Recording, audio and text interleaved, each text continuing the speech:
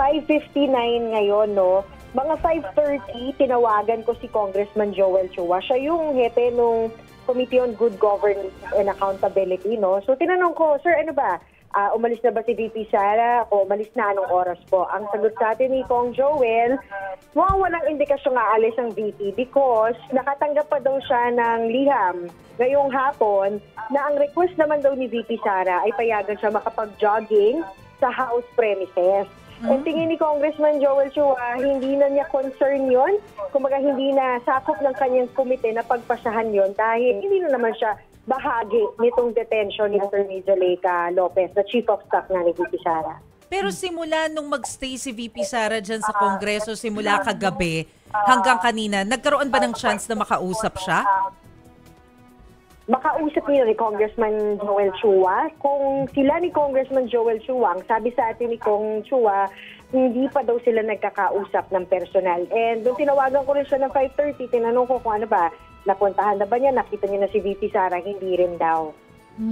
Ria, given na meron naman talagang breach of security kasi napag-usapan nga natin na namin pala dito kanina no, na dapat 10 p.m. last night, wala na dyan, in-extend to 11:30 pero nag-overnight dyan, hanggang ngayon nandyan pa rin.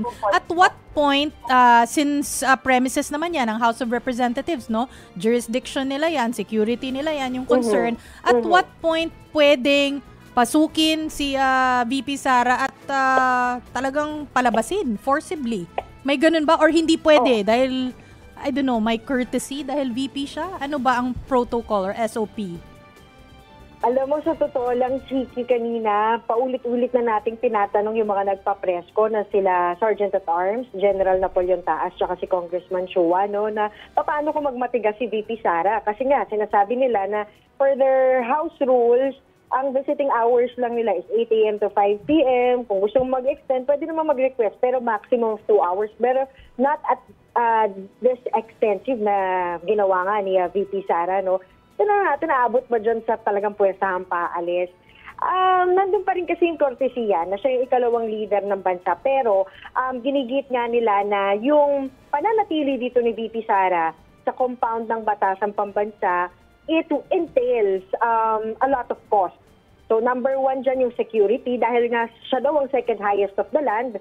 Talagang nagpa-deploy ng karagdagang security force ang ating Batasang Pambansa. Pangalawa dyan yung kuryente. Yung sa kuryente daw kasi kung dahil nga ngayon, Friday, so wala talagang mga staff dito sa Batasang Pambansa dahil ang session lang ay Monday to Wednesday, paminsan-minsan may mga hearing pag Thursday. Pero pagka mga ganyan kasi na hindi naman daw session day, meron silang cut-off hours sa kuryente. So nag-entail din daw yun ng cost sa House of Representatives. So sana raw mismong manggaling na kay VP Sara yung pag-alis dito. Pwede naman daw magpabalik-balik siya during visiting hours sa mga susunod na araw. Pero how long are they willing to extend itong courtesy na ibibigay sa VP? May limit ba o hanggat sa bibigay lang yung courtesy niya sa kanya forever, hanggat sa gusto niya magstay dyan? Alam mo, sa totoo lang, hindi nila masagot ng diretso yung mga ganyang tanong namin, no? Pero bumabalik sila sa pakiusap sa VP. And sabi nga niya, General Taas, magkamista pala kasi sila kasi honorary member daw nila sa PMA Class of 1984 to si VP Sara. So, naniniwala siya na sa kanilang pagsanay daw, pag mista sa mista na nag-uusap, makikinig. Pero nga, sabi ko sa inyo, sa 5:30 call ko kaninang hapon kay Congressman Joel, mukhang wala daw indikasyon nga, alis talaga si VP Sara. Kasi yung latest request niya ay payagan siyang mag-jogging pa sa premises ng House of Representatives. Okay. Ria, ako dalawa yung kakamusayin ko sa iyo no before kakailangan mag-cover na, no? First, kamusta yung Zoom? Kung sino-sino na nakikita mo dyan. Pangalawa, doon sa House of Representatives, paano mo ma-describe yung dating? Dapat sa mga oras na to, tahimik na doon. Friday pa man din. So, kamusta? Oo.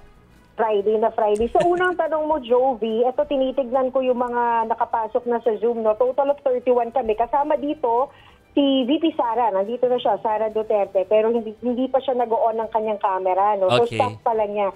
And ang napapansin natin mukhang sa tanggapan ito ni Congressman Paulo Duterte dito sa South Wing Annex and then mga members ng media. Doon naman sa pangalawang tanong mo, kamusta ngayon sa camera? Totoo, Friday. So, tahimik ang paligid. Wala talagang mga tao, no? Bukod sa yung ilang mga security people na nagse-secure nga dito sa paligid ng Batasan Pambansa dahil nandito si VP Sara. Yeah.